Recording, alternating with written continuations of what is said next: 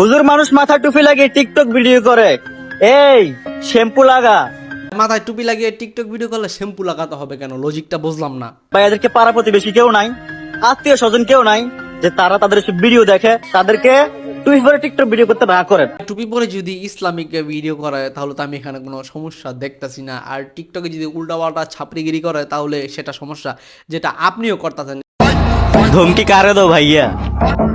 আমার দেখে কি ফেরেস্তা মনে হয়? আপনাকে ধমকি যে কেউ দিতে পারে, একজন মানুষ আরেকজন মানুষকে ধমকি দিতে পারে, কিন্তু এর জন্য আপনি ফেরেস্তার মতো এরকম একটা পবিত্র জিনিসকে আপনার টিকটক ভিডিওতে টেনে আনবেন, এই জিনিসটা আমি কখনোই আশা করি নাই।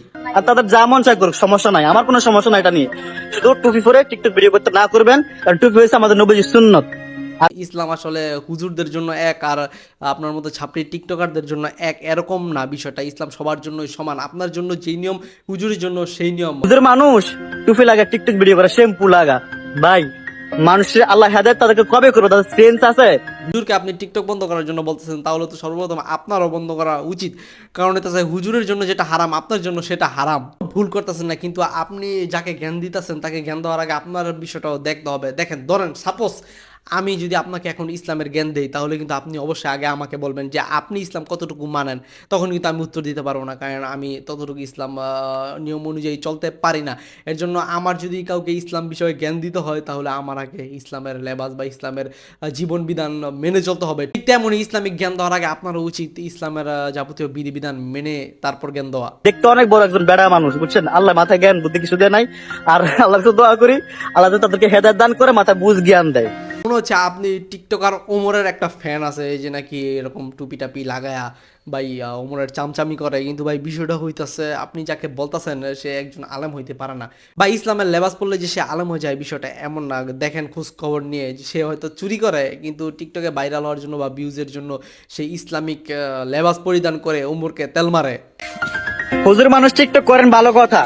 আপনার টিকটকে এসে ইসলামিক ভিডিও করবেন অথবা আল্লাহ রাসূলকে নিয়ে ভিডিও করবেন। তাহলে আপনি আমার কথা শুনে এতক্ষণ লাইন আসছেন। হ্যাঁ, আমি আপনাকে এই কথাটাই বুঝিতে চাইতেছি, টিকটক করুক, সমস্যা নাই। সেটা যদি ইসলামিক বা ইসলামের বিধান অনুযায়ী হয়, তাহলে তো আমি কোনো সমস্যা দেখি না।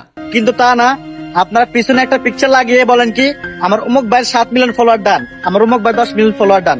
হুজুর আপনার কি এগুলা মানায়? আপনি যেই লোককে মিন করে বলতেছেন সে হয়তো অমুক ভাইয়ের এই মিলিয়ন ডান, ওই মিলিয়ন ডান এগুলো বলে ভিডিও বানায়, তাহলে আপনিও তো ভাই এই সেম কাজটাই করেন। চলেন আপনার একটা ভিডিও দেখি। কি আমিন ভাই, সৌদি আরব গিয়ে তো টিকটকের পুরো ট্রেন্ডিং কাফা দিতে আছেন, আর সেলিব্রিটি হয়ে বুঝে ছোট ভাইগুলো ভুলে গেলেন। আপনার এই ভিডিও দেখার পর আমি একটাই কথা বলবো, ভাই আপনি অনেক হিপোক্রেট। আপনি যে কাজটা নিয়ে অন্যজনকে পচাইতেছেন, কিন্তু আপনি নিজেই সেই কাজটা করতেছেন, কিন্তু এটা আপনি দেখতেছেন না। এটি কোনো কথা? শিখবো যদি আপনারা পিছনে পিকচার লাগায় বলেন আমার অমুক ভাই 10 মিলিয়ন ফলোয়ার ডান, আমার অমুক ভাই 20 মিলিয়ন ফলোয়ার ডান, তাহলে আপনাদের থেকে আমরা কি শিখলাম?